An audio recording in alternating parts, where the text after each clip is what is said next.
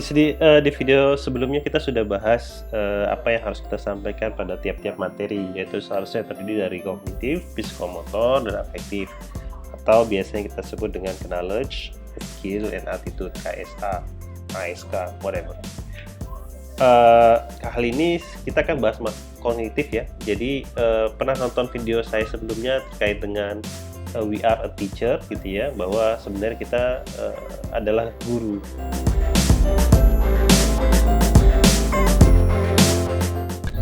Assalamualaikum warahmatullahi wabarakatuh. Selamat pagi semuanya. Sesi kali ini adalah kita akan membahas tentang bahwa semua orang itu adalah pengajar.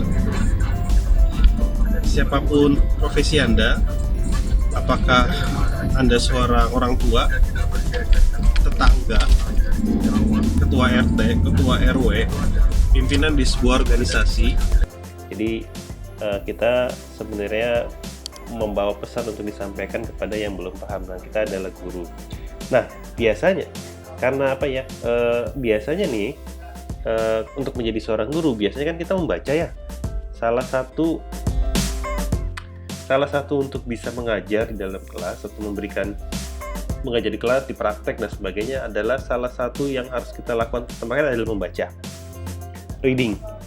Itu yang harus dilakukan pertama kali oleh pengajar, membaca dulu materinya. Kemudian setelah membaca materi kita paham apa yang di dalam buku itu, gitu baru kita sampaikan. Percaya nggak kalau apa yang kita sampaikan tersebut itu terdiri dari beberapa tipe. Oke. Ada 6 pesan di pengetahuan yang kita sampaikan kepada peserta didik kita atau kepada si penerima pesan. Itu ada 6 kategori atau 6 tipe pesan yang berbeda yang teman-teman pasti sampaikan kepada para peserta. Yang pertama biasanya teman-teman pasti akan memberikan informasi berupa fakta. Mantap kan nih, berupa fakta. Ini nanti kita detailkan apa fakta itu. Kemudian teman-teman nanti akan menjelaskan sebuah konsep. Pasti tuh teman-teman ngasih konsep atau sebuah proses dari suatu sistematika atau suatu prosedur, atau suatu prinsipal, atau suatu metakognitif. Apalagi metakognitif ya. Oke, ini pasti nih teman-teman sampaikan kepada peserta didik teman-teman ya. Oke, yang pertama adalah facts atau fakta. Pengetahuan yang berupa fakta teman-teman adalah terdiri dari data yang spesifik, pasti, dan telah dibuktikan kebenarannya. Nah, biasanya ini fakta ini teman-teman ya, tuh lihat fakta isinya tuh udah jelas, berupa angka, berupa data. Nah, ini biasanya teman-teman ngasih ini nih ya, itu berupa fakta ya, informasi yang disampaikannya berupa fakta. Ini yang disebut kita fakta. Kemudian ada lagi konsep, ya.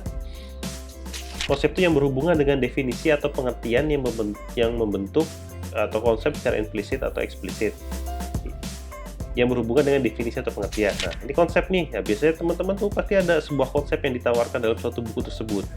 Teman-teman pasti gambar tuh konsepnya. Kalau di sini saya gambarkan salah satu gambar adalah flow of recycle ya.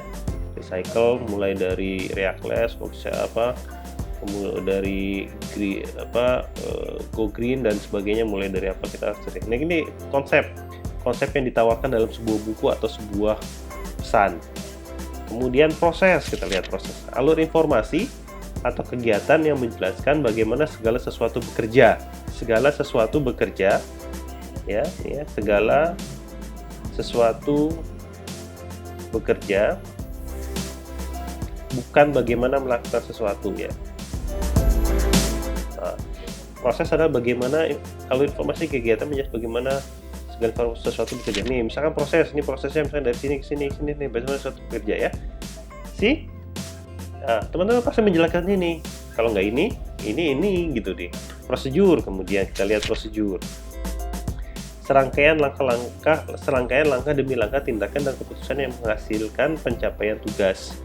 prosedur tuh. Nah ini kalau di ATC kan ada prosedur-prosedur banyak itu sehingga tugasnya selesai. Nah pasti teman-teman ngajarin ini.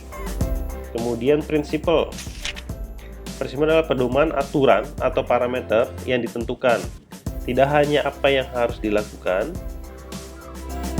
tapi juga apa yang tidak harus lakukan. Nah itu prinsipal sama tuh kalau kita ngontrol kan ATC gitu ya dan sebagainya atau kegiatan lain mesti ada ya sesuatu yang boleh do or ada sesuatu yang tidak boleh don't.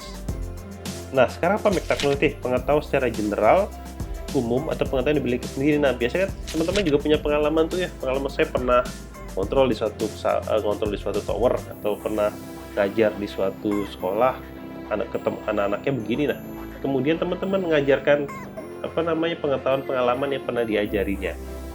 Nah jadi hal-hal ini yang bersifat knowledge kognitif ini yang pasti disampaikan berupa pesan-pesan yang disampaikan kepada peserta aja. Nah pesan-pesan ini juga nanti ada tahapannya. Jadi kalau misalkan teman-teman ngasih data berupa facts, itu nanti tahap level 1-nya seperti apa. Nanti tahap level 2-nya dengan apa. Tahap level 3-nya dengan apa. Sama misalkan seperti konsep atau prosedur atau prinsipal. Nanti penyampaian di tahap 1-nya seperti apa. Di tahap 2-nya seperti apa, di level 2-nya menurut Bloom Taxonomy. Di level 3-nya seperti apa.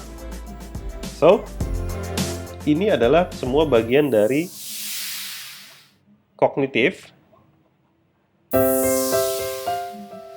atau knowledge.